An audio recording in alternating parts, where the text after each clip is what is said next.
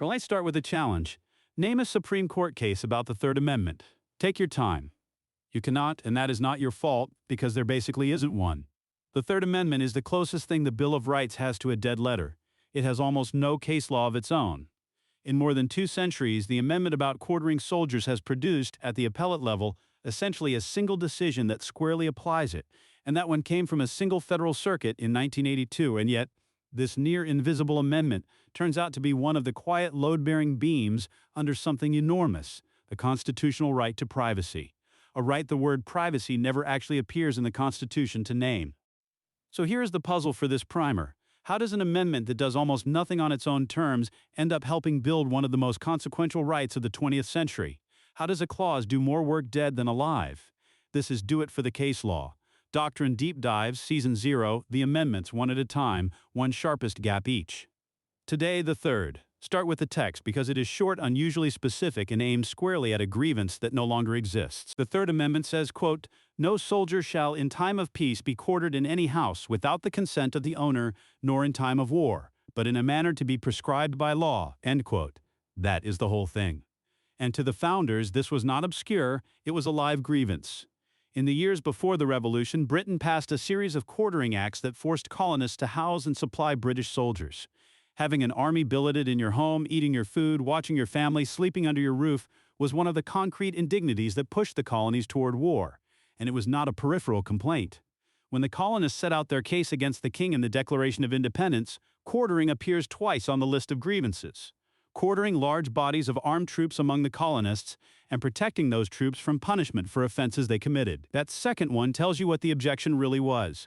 It was not only that soldiers took up space in your house, it was that the soldiers in your house answered to a different authority than you did, and that authority protected them. A standing army quartered in private homes is a military presence inside civilian life that civilians cannot hold accountable. That is why the amendment sits where it does in the Bill of Rights, immediately after the right to keep and bear arms and immediately before the protection against unreasonable searches. Read those 3 in order and a theme emerges. Who may be armed? Whether the armed may occupy your home? What it takes for the government to enter and search it? The Third Amendment is the middle term in an argument about military and government power meeting the household, and that placement is going to matter enormously in about 170 years. Look at how the amendment is built and you can see the founders' priorities in miniature. Most constitutional provisions are written in general language and leave the hard work to interpretation. This one names a specific abuse, soldiers in your house, and then draws 2 different lines against it. In peacetime, the ban is close to absolute, no consent, no quartering, full stop. In wartime, it is not absolute, but it is conditioned, quartering only in a manner to be prescribed by law. That is a legislature-forcing rule. Even at war, the executive cannot simply decide to put troops in your bedroom. Somebody has to pass a statute and own the decision, which is exactly why it looks obsolete. The federal government does not billet troops in private homes anymore. The specific evil the amendment was written to stop essentially stopped happening. So on its own terms, the Third Amendment reads like a museum piece, a perfectly clear answer to a question almost nobody asks now. There is a second reason the case law is so thin, and it is worth naming because it explains the silence better than obsolescence alone. To litigate a constitutional claim, you need someone with standing, a concrete injury, and a defendant who actually did the thing. The Third Amendment describes a very particular fact pattern: soldiers, a house, an owner or occupant who did not consent. That conjunction almost never occurs in modern American life, and when something adjacent occurs, plaintiffs usually have a better claim available under the Fourth Amendment. So the Third does not lose cases, it simply never gets to have them. So in dead letter on the face of it. Now watch where it actually shows up. Here's where it gets interesting, because the Third Amendment has 2 doctrinal lives and they could not be more different. One is its direct life, the case is actually applying it, and that life is almost non-existent. The other is its borrowed life, the work it does inside other doctrines, and that life is surprisingly large. Take them in order. The direct life first. There is, essentially, one appellate case, Engblom versus Carey, decided by the Second Circuit Court of Appeals in 1982. The facts are almost comic in how far they are from redcoats in a colonial farmhouse. New York State correction officers went on strike. The governor called out the National Guard to run the prisons. Some of the striking officers lived in staff housing on prison grounds, and they paid rent through payroll deduction. While they were locked out during the strike, the state moved National Guard troops into those residences. The officers sued, claiming the state had quartered soldiers in their homes without consent, and the Second Circuit took it seriously. It held first that National Guardsmen are, quote, soldiers within the meaning of the Third Amendment, end quote. Second, and this is the structurally important part, it held, quote, that the Third Amendment is incorporated into the 14th Amendment for application to the states, end quote. That word incorporated means the amendment binds not just the federal government but state governments too. Third, it held that the protection is not limited to people who hold legal title to a house. A tenant with a genuine possessory interest, like these officers in their rented rooms, can invoke it. That third holding is the one practitioners should file away, because it is the most transferable.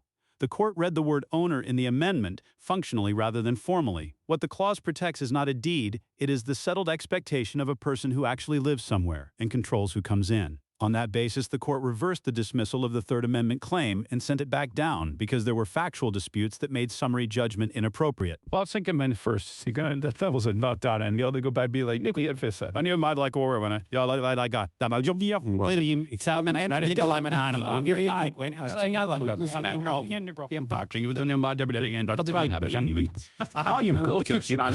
Now, two honest caveats because this show does not oversell. First, Engblom is a Second Circuit decision. It is persuasive authority, not a Supreme Court ruling, and it is not binding on the rest of the country. Second, it was a reversal and remand on a threshold question, not a grand vindication. The court said the claim could proceed, not that the officers had won anything yet. And here is the part almost nobody tells you, the part that turns this from a quirky trivia case into something genuinely instructive. Follow the docket after the remand.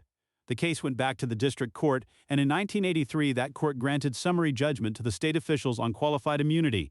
Qualified immunity shields government officials from damages unless their conduct violated clearly established law, and the district judge concluded, in his words, that as a matter of law the plaintiff's Third Amendment rights were not clearly established at the time of the events in question. The Second Circuit then affirmed that dismissal. Sit with the circularity of that because it is close to perfect. The only appellate decision that ever established what the Third Amendment means is also the decision in which the plaintiffs lost, precisely because nobody had established what the Third Amendment meant. The novelty that makes Engblom famous in casebooks is the same novelty that defeated the people who brought it. Their reward for winning the legal question was to lose the case. That is a general lesson about dormant constitutional provisions, not a quirk of this one. Qualified immunity is calibrated to settled law. A clause with no case law can never be clearly established, and a clause that is never clearly established generates no damages liability, which means it attracts no plaintiff's lawyers, which means it generates no case law. The silence is self-reinforcing. So the direct life of the Third Amendment is not merely thin, it is structurally hard to thicken. One more thing about that incorporation holding, because it is easy to overstate and you should not. Incorporation is the process by which provisions of the Bill of Rights, originally binding only the federal government, were held to apply against the states through the 14th Amendment.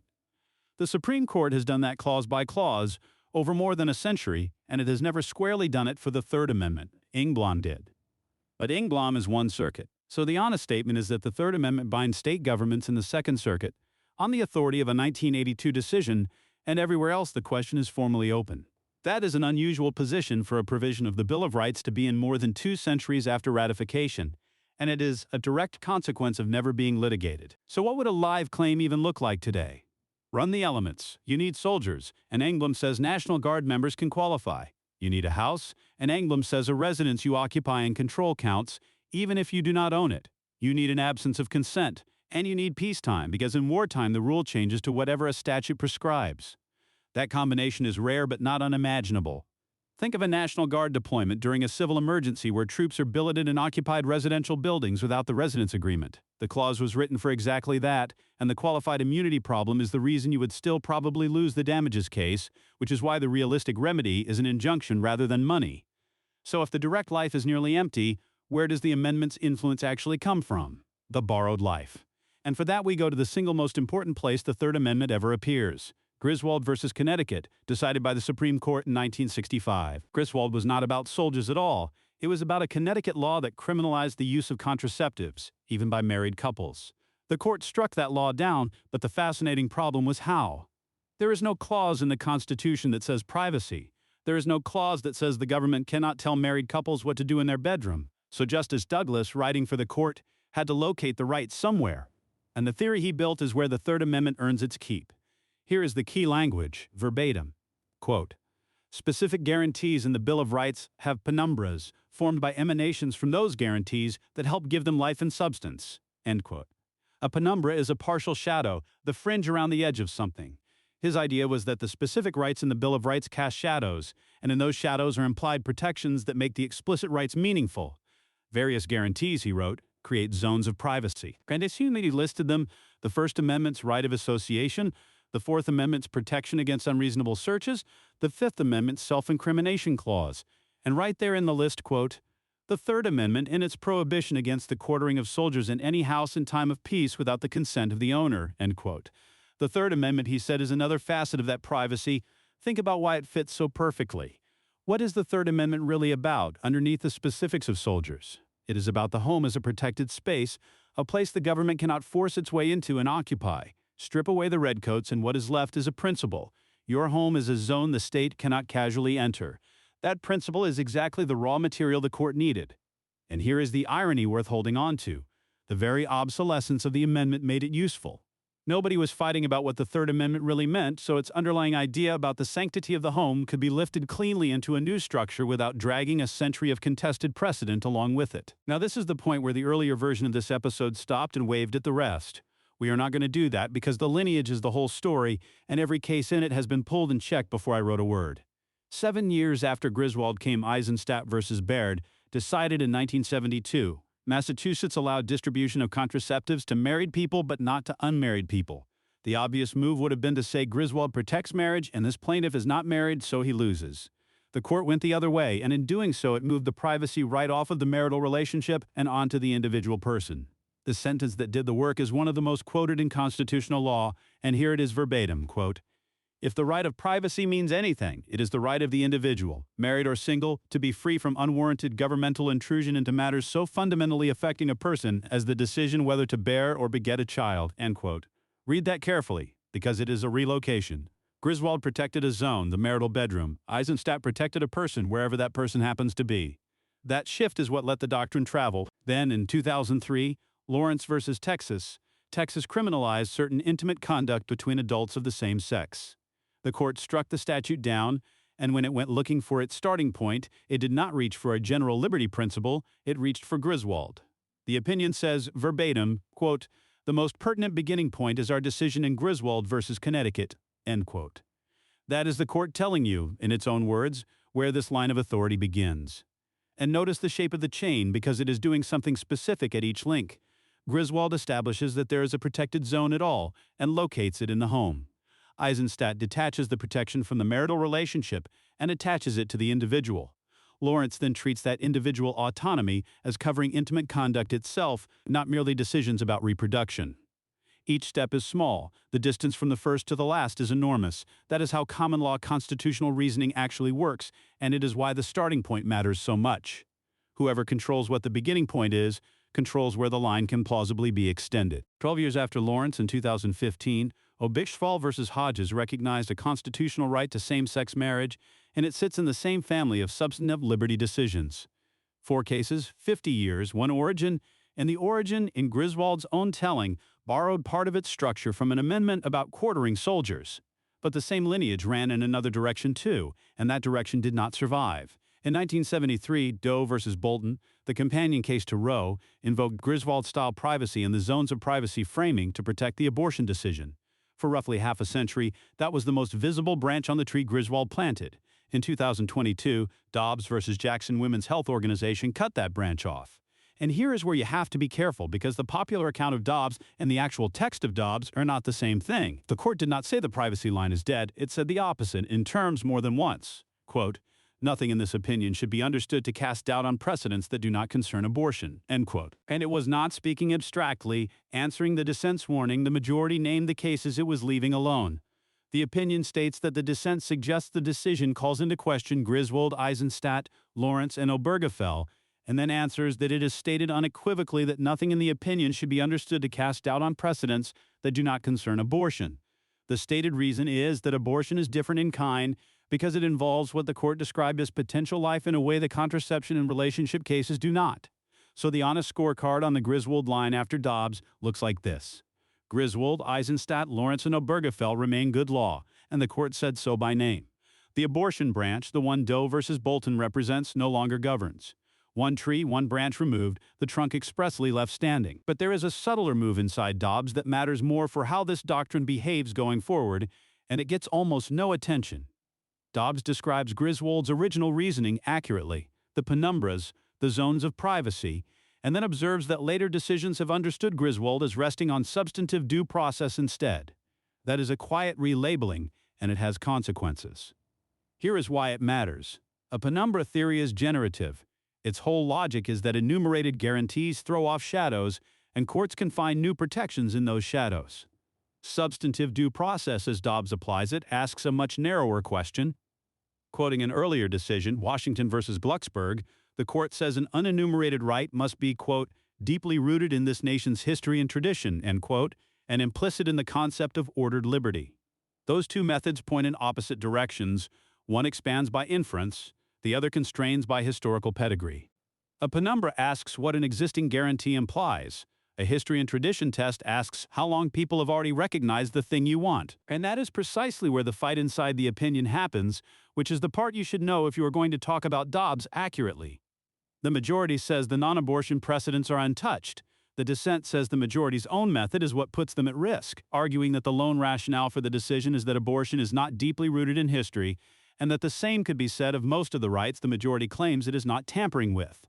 The dissent also points to a separate concurring opinion urging the court to reconsider Griswold, Lawrence, and Obergefell outright. So do not flatten this. The holding is narrow, and the assurance is explicit. Those precedents are good law today, and a lawyer who tells a client otherwise is wrong. But the assurance rests on a distinction. Abortion involves potential life and the others do not, and the dissent's objection is that the method the court used to reach that holding does not obviously stop where the majority says it stops. Both of those things are in the same opinion. Report both. So the accurate statement of where things stand is not that the privacy line survived, and it is not that it died. It is that the precedents survived while the engine that produced them was quietly retired. The cases Griswold generated are still enforceable. Griswold's method is no longer the court's preferred way of generating anything new. If you are a practitioner, that distinction is the whole ballgame. You can still cite the results, but you should not expect the reasoning to carry you somewhere the court has not already been. Which brings us to the gap. And for this amendment, it runs backwards from every other one in the season. Here is the thesis. Usually the gap is that a big-sounding right delivers less than the text promises. The Third Amendment is the reverse. On its own terms, it does almost nothing. One persuasive circuit case in 2 centuries about a prison strike. But as a structural idea, the home as a space the state cannot occupy, it does far more than its text would ever suggest.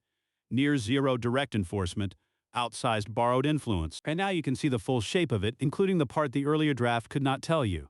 The idea the Third Amendment contributed did not just get borrowed once in 1965, it got carried into contraception, then into individual autonomy, then into intimate conduct, then into marriage. It also got carried into abortion, and that carriage was reversed.